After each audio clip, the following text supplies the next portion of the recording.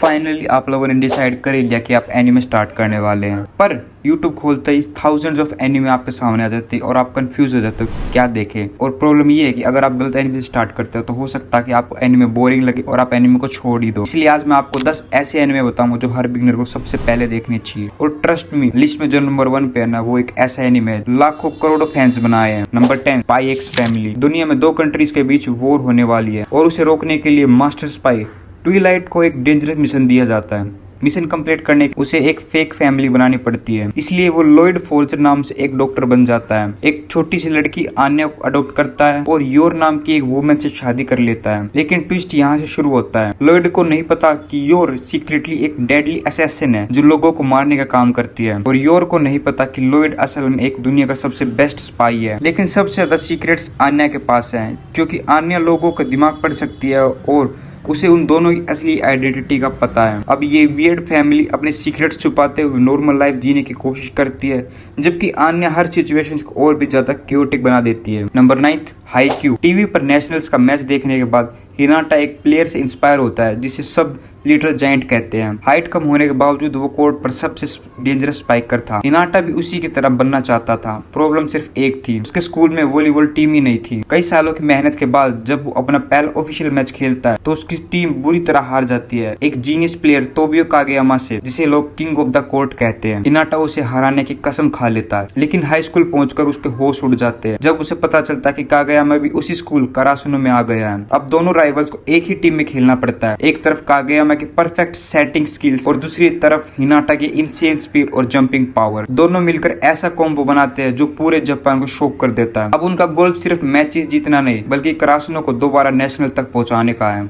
Number 8, one पंच man. एक normal इंसान जिसने इतनी हार्ड ट्रेनिंग की कि वो इतना ओवर पावर्ड बन गया कि अब वो किसी भी एनिमी को सिर्फ एक ही पंच में हरा सकता है। सुनने में काफी कूल लगता है, लेकिन प्रॉब्लम ये है कि साइतामा अब अपनी पावर से बोर हो चुका है। उसे कोई ऐसा अपोनेंट ही नहीं मिलता जो उसके अगेंस्ट कुछ सेकंड्स भी टिक सके। उसकी लाइफ तब बदल जाती है जब उसकी मुलाकात जीनोस से होती है, एक पावरफुल साइबोर्ग जो उसका चेला बन जाता है। दोनों हीरो एकेडमी ज्वाइन करते हैं, लेकिन आयरनी देखो, दुनिया का सबसे पावरफुल हीरो सिर्फ सी क्लास में रखा जाता है, जबकि जीनोस सीधा एस क्लास बन जाता है। जब मॉन्स्टर्स, एलियंस और वर्ल्ड एंडिंग थ्रेट्स अटैक करते हैं, साइतामा बार बार दुनिया को बचा लेता है, लेकिन अक्सर कोई उसकी अचीवमेंट्स पर बिलीव ही नहीं करता। फिर एंट्री होती है गारो की, एक डेंजरस फाइटर जो हीरोज से नफरत करता है। उसकी पावर इतनी बढ़ जाती है कि वो पूरी दुनिया के लिए एक खतरा बन जाता है। लेकिन जब गारो भी साइतामा के सामने आता है तब पूरी दुनिया को समझ आता है कि असली मॉन्स्टर या हीरो कौन है। Number 7, jujutsu Kaisen.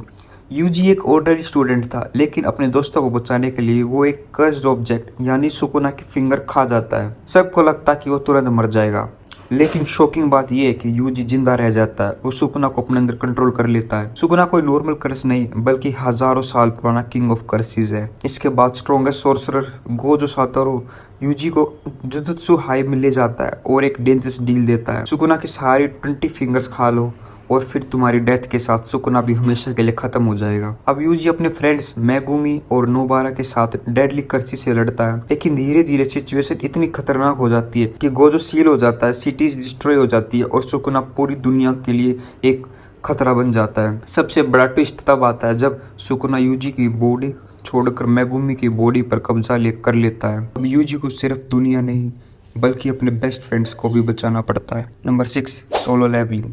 एक ऐसी दुनिया जहाँ मॉन्स्टर्स पोर्टल से निकलकर इंसानों पर अटैक करते हैं। उनसे लड़ने के लिए हंटर्स होते हैं, लेकिन जिनवू उन सब में सबसे वीक होता है, इतना वीक कि लोग उसे ह्यूमैनिटीज वीकेस्ट हंटर तक कहते हैं। एक दिन डंजन रेड के दौरान उसकी टीम एक मिस्टीरियस डबल डंजन में फंस जाती है। वहाँ लगभग सब लोग मारे जाते हैं। जिनवू भी डेथ के करीब पहुँच जाता है, लेकिन तब उसका सामने एक स्ट्रेंज स्क्रीन अपीयर होती है, द सिस्टम। अब जिनवू दुनिया का पहला एकलौता हंटर बन जाता है जो गेम कैरेक्टर की तरह लेवल अप कर सकता है। बैटल के साथ वो स्ट्रॉन्गर होता जाता है, इम्पॉसिबल क्वेस्ट कंप्लीट करता है और मॉन्स्टर्स को हराकर अनइमेजिनेबल पावर हासिल करता है। लेकिन जल्दी उसे पता चलता है कि उसकी पावर्स का राज सिर्फ डंजन्स तक लिमिटेड नहीं है, वो एक्चुअली शैडो मोनार्क बनने वाला है, एक ऐसा रूलर जो मरे हुए एनिमीज को अपनी शैडो आर्मी में बदल सकता है। अब जिनवू को सिर्फ मॉन्स्टर्स से नहीं बल्कि दुनिया को खत्म करने आए पावरफुल मोनार्क से लड़ना पड़ता है। Number 5, full metal alchemist brotherhood. अपनी माँ की डेथ के बाद दोनों भाई एल्केमी सीखते हैं और एक दिन इम्पॉसिबल काम करने की कोशिश करते हैं, माँ को जिंदा वापस लाना। लेकिन एल्केमी का सबसे बड़ा रूल है ह्यूमन ट्रांसम्यूटेशन मना है। जब एक्सपेरिमेंट फेल होता है, अल्फोंस अपनी पूरी बॉडी खो देता है और एडवर्ड अपने हाथ और एक पैर। अपने भाई को बचाने के लिए एडवर्ड अपना दूसरा हाथ भी सेक्रीफाइस कर देता है और एल की सोल को एक आर्मर के अंदर बाइंड कर देता है। अब एक भाई मेटल आर्मर के अंदर फंसा हुआ है और दूसरा आर्टिफिशियल मेटल लिम्स के साथ जी रहा है। दोनों अपने असली बॉडीज वापस पाने के लिए लीजेंडरी फिलोसोफर स्टोन की तलाश शुरू करते हैं। लेकिन जैसे जैसे उनकी स्टोरी आगे बढ़ती है, उन्हें पता चलता है कि फिलोसोफर स्टोन का सच बहुत ज्यादा डार्क है। Government secrets, immortal monster, Wars और पूरी दुनिया को हिला देने वाला कॉन्स्पिरेसी थ्योरी उनका इंतजार कर रही है। Number 4, death note. Light Yagami एक जीनियस स्टूडेंट है और वो एक दिन उसे मिस्टीरियस नोटबुक मिलती है। उस नोटबुक का रूल सिंपल है, जिसका नाम लिखो वो मर जाएगा। पहले लाइट इस पावर का यूज क्रिमिनल्स को मारने के लिए करता है और सोचता है कि वो दुनिया को क्राइम फ्री बना देगा। धीरे धीरे पूरी दुनिया उस मिस्टीरियस किलर को कीरा के नाम से जानने लगती है। लेकिन कीरा को रोकने के लिए एंट्री होती है दुनिया के सबसे इंटेलिजेंट डिटेक्टिव की, एल। अब शुरू होती है एनिमिस्टिक सबसे लीजेंडरी माइंड गेम बैटल।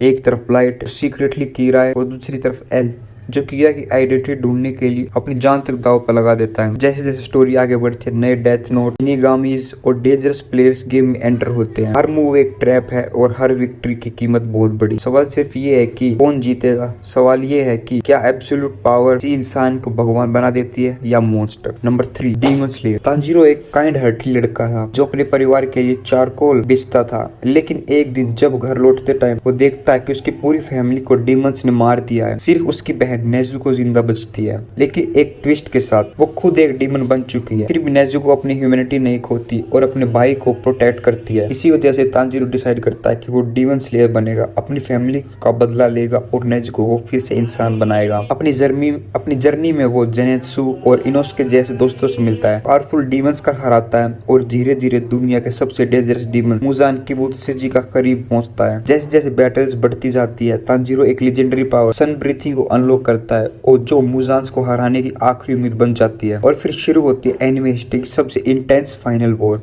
जहां डीमन स्लेयर्स और डीमंस के बीच एक ऐसी बैटल होती है जिसमें काउंटलेस हीरोज अपनी जान गंवा देते हैं। Number 2, attack on Titan. एक ऐसी दुनिया जहां इंसान बड़े बड़े वॉल्स के अंदर रहते हैं क्योंकि उनके बाहर होते हैं टाइटन, जायंट ह्यूमनॉइड्स मॉन्स्टर जो इंसानों को जिंदा खा जाते हैं। एक दिन कोलोसल टाइटन वॉल तोड़ देता है और ईरन की माँ को उसके सामने मार दिया जाता है। उस दिन ईरन डिसाइड करता है कि वो सारे टाइटन्स को खत्म कर देगा। वो अपने दोस्तों मिकासा और आर्मिन के साथ सर्वे कोर्प्स ज्वाइन करता है, लेकिन जल्दी उसे पता चलता है कि टाइटन्स का सच उसकी सोच से भी कहीं ज्यादा डार्क है। सबसे शॉकिंग ट्विस्ट, ईरन खुद एक टाइटन में ट्रांसफर कर सकता है। जैसे जैसे स्टोरी आगे बढ़ती है, सीक्रेट्स खुलने लगते हैं, टाइटन्स का ओरिजिन, वॉल्स का राज और दुनिया का असली हिस्ट्री सब कुछ उलट पलट कर देती है। और फिर ईरन जो ह्यूमैनिटी को बचाना चाहता था, धीरे धीरे खुद दुनिया का सबसे बड़ा थ्रेट बन जाता है। Number 1, Naruto. जब नारुतो पैदा हुआ था तब एक terrifying monster fox nine tails Kurama ने उसके विलेज पर अटैक किया था। विलेज को बचाने के लिए फोर्थ होकागे ने अपनी जान देकर उस मॉन्स्टर को नारुतो के अंदर सील कर दिया था। लेकिन गांव वालों को ये बात पता थी, इसलिए बचपन से ही नारुतो को सब इग्नोर करते और हेट करते थे। फिर भी नारुतो का एक ही सपना था, होकागे बनना, यानी अपने विलेज का सबसे रिस्पेक्टेड निंजा बनना। अपनी जर्नी में वो सासुके उचिहा और साकुरा हारुनो टीम 7 ज्वाइन करता है और लेजेंडरी टीचर काका के अंडर ट्रेनिंग लेता है। लेकिन धीरे धीरे मिशंस एक वर्ल्ड चेंजिंग वॉर में बदल जाते हैं। Dangerous organisation, अकाट्सुकी,